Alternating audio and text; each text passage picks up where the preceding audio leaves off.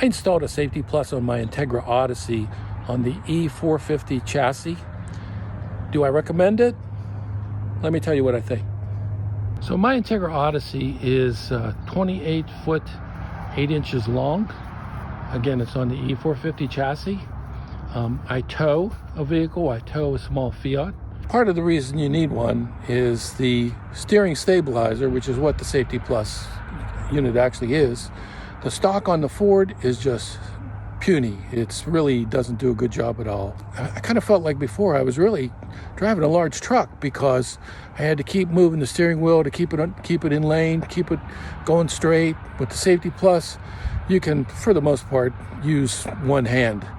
When trucks pass you going down the road, you don't really feel the sway. So would I recommend it? My experience has been it's definitely worth it.